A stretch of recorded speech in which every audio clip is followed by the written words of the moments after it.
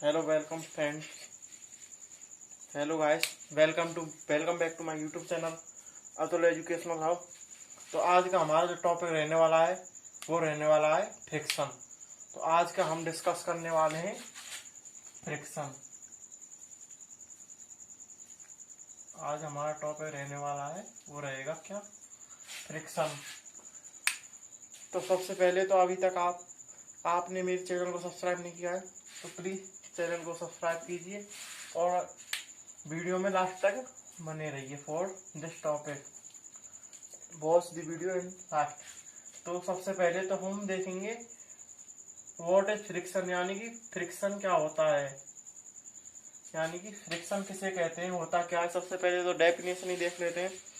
तो जब कोई भी वस्तु या किसी भी पिंड पर इंटरनल फोर्स, यानी इंटरनल फोर्स तो उसका आंतरिक रहेगा, लेकिन जब किसी पिंड पर हम कोई भी एक्सटर्नल फोर्स अप्लाई करते हैं तो एक्सटर्नल फोर्स के अपोजिट डायरेक्शन में जो फोर्स कार्य करता है उसे ही कहेंगे फ्रिक्शन। यानी कि किसी भी वस्तु पर कोई भी एक्सटर्नल फोर्स लगाने पर उस एक्सटर्नल फोर्स के विरुद्ध जो यानी कि बल कार्य करता है उसे ही बोलेंगे हम घर्षण।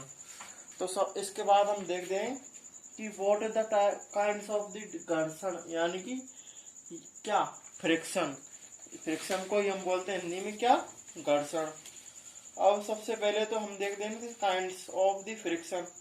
तो फ्रिक्शन क्या है, मोस्टली तो 3 प्रकार का होता है, यानी कि ड्राई फ्लूइड और इंटरनल। कौन कौन सा रह गया, ड्राई फ्लूइड और इंटरनल। ड्राई फ्लूइड और थर्ड है इंटरनल। तो ये तो क्या है, बेसिक ये तो एडवांस लेवल की जो एडवांस टॉपिक है ये दोनों, ड्राई और फ्लूइड। जो हमारा जो मेन जो क्या है, जो हमारे मेन डिस्कशन का फोर्स पार्ट है ना, इसमें क्या रहने वाला है, इसमें रहने वाला है हमारा ड्राई। क्योंकि जो ये है ना फ्लूइड और इंटरनल, ये तो हमारे दोनों हो गए क्या, एडवांस लेवल टॉपिक। हम चलेंगे इसी में आगे बढ़ते हुए। तो इसमें 2 टाइप होते हैं, एक तो होता है क्या, स्थैतिक घर्षण,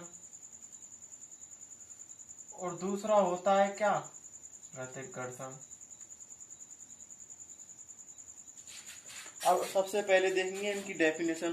तो स्थैतिक घर्षण क्या होता है, यदि किसी पिंड पर आरोपित बल, यानी कि आरोपित बल यानी कि एक्सटर्नल फोर्स, तो सबसे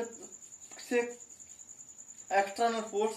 और सबसे पहले हम यहाँ पे एक डेफिनेशन देखते हैं, क्या एक वर्ड आएगा यहाँ पर, सीमांत घर्षण, यानी कि सी को बोलेंगे हम लिमिटिंग फ्रिक्शन। तो सीमांत घर्षण सबसे पहले तो होता क्या है ये देखते हैं हम। यदि किसी पिंड पर जो एक्सटर्नल फोर्स अप्लाई किया जा रहा है ना, उसका मान इस सीमांत घर्षण से कम है, यानी कि अब सीमांत घर्षण को हम, फ्रिक्शन है तो एफ, सीमांत एस, और क्या फ्रिक्शन है, सीमांत घर्षण है तो एफ एस। इसे किससे अप्लाई करेंगे, सीमांत घर्षण यानी घर्षण की अधिकतम सीमा, तो अधिकतम सीमा को मैक्सिमम, एफ एस मैक्सिमम। यदि किसी पिंड पर जो एक्सटर्नल फोर्स अप्लाई किया जा रहा है उसका मान सीमांत घर्षण से कम है, जो पिंड है ना वो कांस्टेंट अपनी कांस्टेंट पोजीशन में रहेगा, यानी कि स्थिर अवस्था में रहेगा। पिंड की इस स्थिति में जो फ्रिक्शन उत्पन्न होगा, जो बल अप्लाई होगा या फिर जो बल जनरेट होगा उसी को, या जो फोर्स निकलेगा उसी को ही बोलेंगे हम स्थैतिक घर्षण बल। अब स्थैतिक घर्षण सबसे पहले तो यही देख लेते हैं हम, सीमांत घर्षण होता क्या है। यानी कि किसी भी स्थिति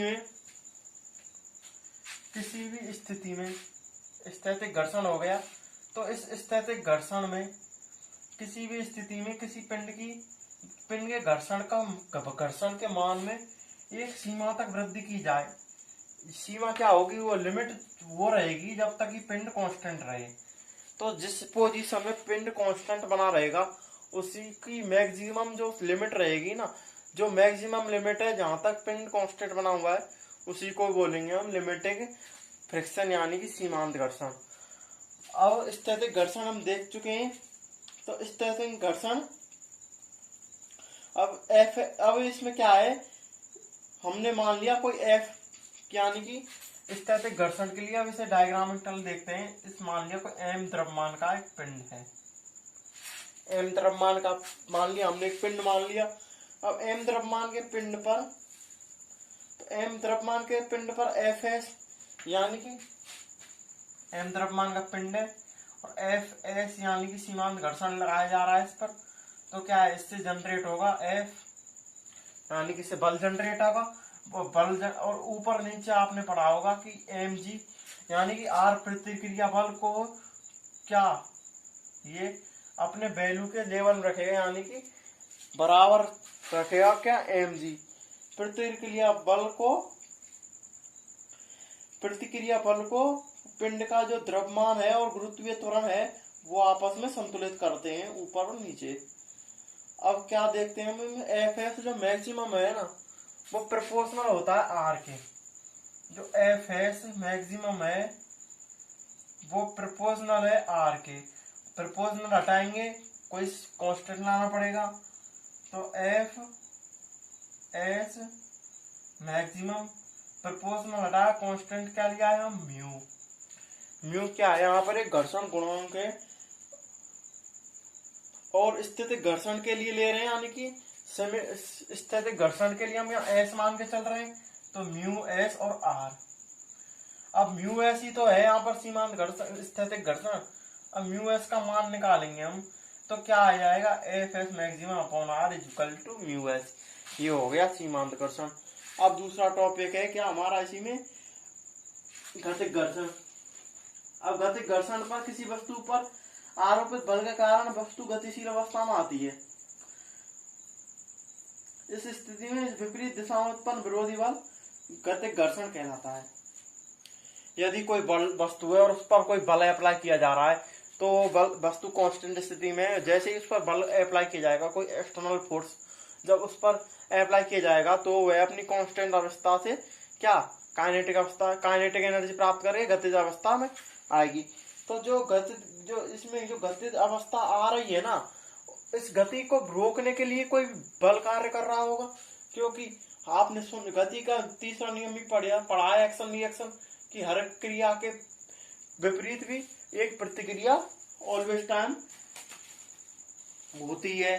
तो इसके लिए हम वही सेम कंडीशन, वही सेम डायग्राम, लेकिन इसके क्या है, सीमा गतिक घर्षण गति काइनेटिक यानी कि एफ के से इसको रिप्रेजेंट करते हैं। तो यहाँ पर सेम वही चलने वाला है स्टेम, सेम यहाँ पर एफ के, यहाँ पर ऐसे ही म्यू के हो जाएगा। तो म्यू के क्या एफ सीम, वहां वो तो यहाँ भी उसी के सापेक्ष चलेगा, यहाँ उसी एफ एस भी हटेगा, क्योंकि यहाँ तो जैसे जिस जगह पे एस है ना वहां पर के कर दो, मतलब कि स्थैतिक घर्षण एस और काइनेटिक घर्षण मोशन काइनेटिक फ्रिक्शन यानी कि एफ के अपॉन आर। एक समीकरण ये हो गया, एक हो गया एफ एस मैक्सिमम यू, एक समीकरण ये हो गया, यहाँ से आर हटाइए, एक समीकरण हो गए दोनों। ये तो आ गया क्या, स्थैतिक घर्षण, ये आ गया गतिक घर्षण। अब इसमें कुछ क्या है, स्पेशल पॉइंट्स भी होते हैं। वैसे गतिक घर्षण और गतिक घर्षण है ना, ये घर्षण की जो भी टाइप्स है ये मात्रहीन और विमाहीन राशि यानी कि डायमेंशनलेस और यूनिटलेस डिजिट है। तो 200 के मध्य यही हो ही गया कि ये यूनिटलेस, दोनों ही यूनिटलेस और क्या डायमेंशनलेस यूनिट है। इसके बाद जो चिकनी सतह है ना, यानी कि जिसके लिए घर्षण का मान कम हो, के लिए स्थैतिक घर्षण का मान कम होता है। यानी कि क्लियर ही बात है कि जब चिकनी सतह है तो घर्षण कम हो गया, यानी उस पर लगाया गया जो गति कराने के लिए जो बल भी कम ही लगाया जाएगा विपरीत अवस्था में, विपरीत दिशा में, तो इससे हो ही गया। और जब खुरदरी सतहों के लिए जो है ना क्या स्थैतिक घर्षण, उसका मान 0 से 1 के मध्य हो सकता है। क्यों? क्यों? खुरदरी सतह तो मतलब यानी कि बल ज्यादा अप्लाई करना पड़ेगा। किस वर्क कराना है तो बल ज्यादा अप्लाई करना पड़ेगा। ज्यादा बल अप्लाई करना पड़ा है तो सीधी बात है कुछ ना कुछ तो उसमें क्या जो फ्रिक्शन है वो जनरेट हुआ ही होगा। तो इससे क्या है, चिकनी सतहों के लिए तो स्थैतिक घर्षण 0 से 1 के मध्य 1 के बीच होता है। और जबकि चिकनी सतहों के लिए तो जो क्या है, जो स्थैतिक घर्षण है उसका मान यानी कि सबसे नेग्लिजिबल मान भी सकते हैं या फिर सबसे कम होता है। और जो खुरदरी सतह हैं उनके लिए 0 से और 1 के मध्य यानी कि 0 से और 1 के 0-1 भी हो सकता है और इसके मध्य में भी हो सकता है, कुछ भी हो सकता है। और जो एफएस मैक्सिमम है ना, जो सीमांत घर्षण है एफएस मैक्सिमम, ये ऑलवेज टाइम ग्रेटर देन या इक्वल्स टू एफएस, यानी कि सीमांत घर्षण हमेशा क्या स्थितिज घर्षण यानी स्थितिज घर्षण से हमेशा क्या ज्यादा रहेगा या फिर इसके बराबर रहेगा। इसी प्रकार जो गतिज घर्षण है वो ऑलवेज टाइम सीमांत घर्षण से अधिक होगा या इसके बराबर होगा। इसी प्रकार यहीं पर जो गतिज घर्षण है ना, यहां से एफएस सीमांत घर्षण हो गया है एफएस मैक्सिमम, तो और इस जो गतिज घर्षण है ना एफ के, इसके ऑलवेज टाइम या तो जो गतिज घर्षण है वो सीमांत घर्षण से ज्यादा होगा या फिर इसके बराबर रहेगा। अब इससे भी आगे चलते हैं, यानी कि एंगल ऑफ फ्रिक्शन। एंगल निकालने के लिए यानी कि सबसे पहले तो कोई वो होनी चाहिए आकृति में क्या करेंगे, सबसे पहले एंगल किसी में निकालेंगे हम, स्लोप होना चाहिए। स्लोप के लिए क्या करेंगे, tan theta use. Tan theta के लिए लंब बटे कर्ण होना चाहिए, यानी कि परपेंडिकुलर अपॉन हाइपोटेनस होना चाहिए। इसके लिए क्या करेंगे हम, सबसे पहले तो क्या निकाल रहे हैं हम, angle of friction. Angle of friction निकालने के लिए टेन थीटा में चलेंगे। तो टेन थीटा क्या सीमांत यानी कि स्थैतिक घर्षण और जो द्रव्यमान है और न्यूटन। तो जो घर्षण है और जो स्थैतिक, सबसे पहले तो एंगल निकालेंगे हम एफ एस द्रव्यमान अपॉन न्यूटन। तो इसके लिए क्या करेंगे हम, आपने पढ़ाई होगा शायद एफ एस और जो द्रव्यमान है ये क्या हो जाएगा, म्यू एस अपॉन एन।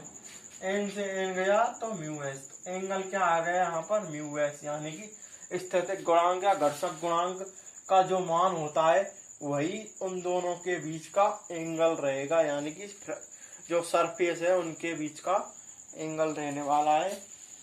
यही हुआ आज का हमारा टॉपिक। इसके आगे भी कुछ स्पेशल पॉइंट्स हैं यहाँ पर।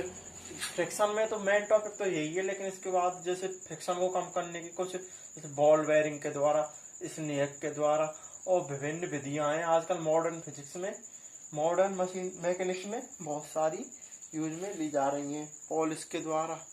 तो फ्रेंड्स आज की वीडियो में बस इतना ही, और मुझे उम्मीद है जब आप यहाँ तक वीडियो में बने हो तो आपको वीडियो अच्छी भी लगी होगी। तो प्लीज़ वीडियो को लाइक करें, चैनल को सब्सक्राइब करें और अगली वीडियो के लिए बेल आइकन को प्रेस कर लें और प्लीज़ हमारे साथ बने रहें, आपको कंटेंट अच्छा ही मिलने वाला है यहाँ पर।